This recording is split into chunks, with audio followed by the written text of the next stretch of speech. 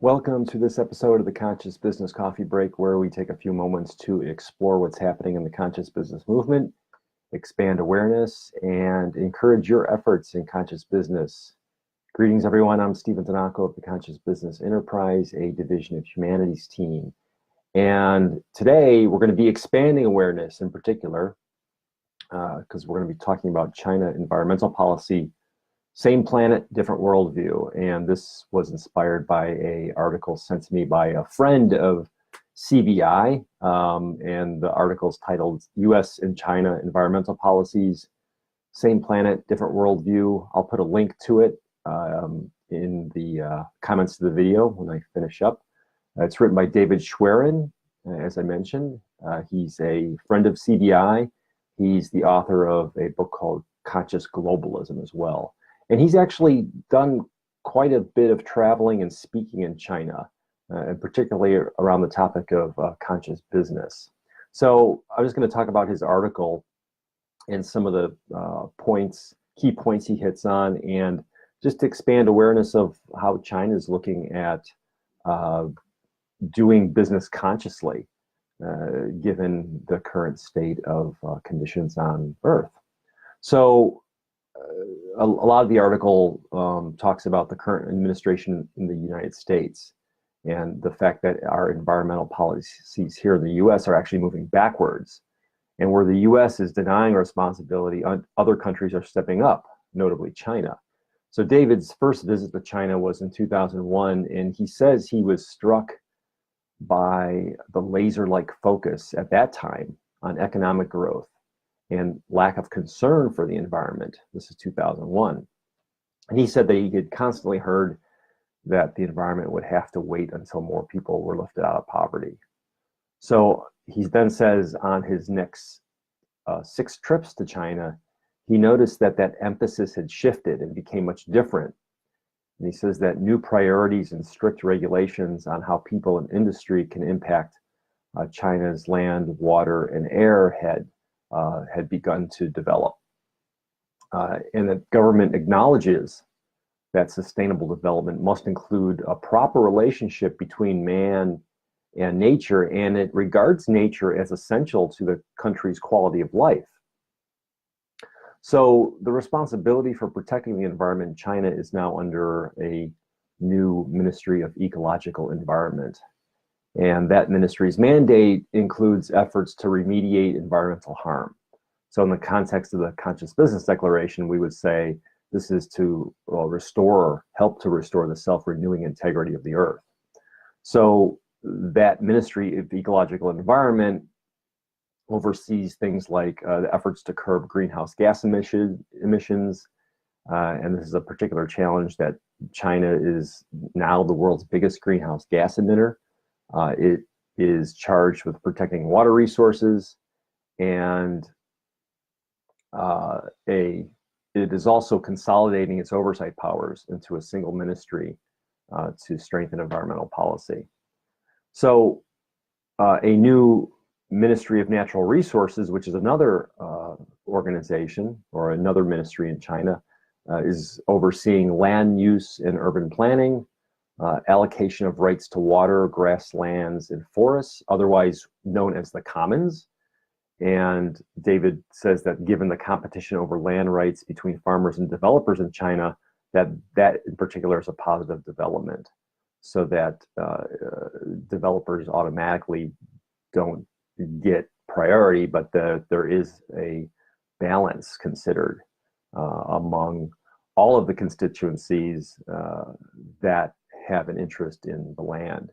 So by doing all these things, David says China is realizing that in any economic scenario, growth really doesn't have any value if our air is not breathable, our water is not drinkable, and the land is not fertile. And this willful blindness is where government is failing us in the US, where it's an interest in growth at the expense of all else, including those things on the planet that sustain life here. So from a business perspective, there is real value in care for the planet. By reducing pollution, we lower illness-related absenteeism, improve productivity of workers, and enhance company reputation.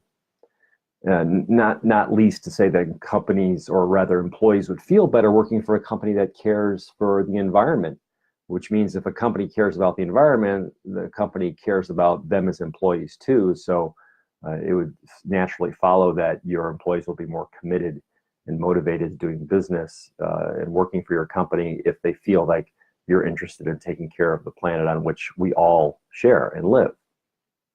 So where the US government has denied its environmental stewardship and frankly has denied leadership for taking care of the earth, China is stepping up in its strong advocacy for the Paris Agreement, restricting driving at certain times and in certain locations to cut down on emissions from cars, curbing coal use whenever possible, launching a national carbon market, and relying on scientists to inform their environmental policies.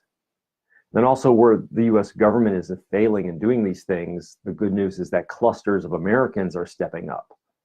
So more than 1,200 governors, mayors, and businesses promised to do whatever they could to help the US meet the Paris Agreement climate goals. Over 30 states in the US have targets for how much of their electricity needs to come from renewable or alternative energy sources. So for instance, California has a cap and trade system to put a price on emissions, and New York City is one of several cities working to increase energy efficiency by the update of building codes, improving mass transit, and electrical vehicle charging stations.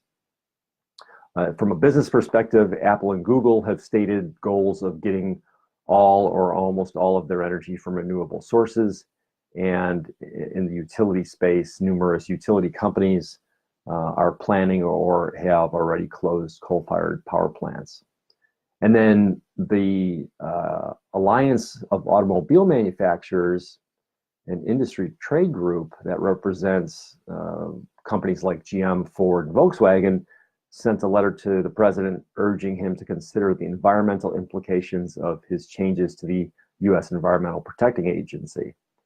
And their message to the president was that climate change is real and it can't be ignored and it can't be politicized and it can't be reasoned away. So in summary, in David's article, he's saying that the US has reduced, rejected, and dismantled environmental policies put into effect over many decades by numerous administrations, both Democratic and Republican. And then China, on the other hand, is augmenting, it's strengthening, and it's enforcing environmental policies to reduce pollution and to be a responsible world citizen. So if we look at this article of David's in the context of the Conscious Business Declaration, frankly, I would see all of the principles at work here, but let me just call out two in particular. Principle 3 is that business must go beyond sustainability and the philosophy of do no harm to restoring the self-renewing integrity of the earth. So that's the balance that was referenced earlier in the article, where the government realizes that business and industry can't exist for its own sake at the expense of all else. And then principle 5 is that business must behave as a positive and proactive member of the local and global communities in which it operates. So I will put a link to David's article in the comments to the video. You could take a closer look at that. He gives a lot more information around his observations and his visits to China there. And that is it for today on the Conscious Business Coffee Break. We look forward to seeing you again on Friday at 9 a.m. U.S. Central Time. And in the meantime, continue your efforts in the conscious business realm as a conscious business professional. We certainly support you, and feel free to add your comments at any time to the Humanities Team Facebook group or the Conscious Business Enterprise Facebook group, and let us know what you're up to in conscious business. We certainly need to get the word out among everyone about all the good work that you are doing, and everyone else as well. So thanks, and we'll see you again next time. Have a great day.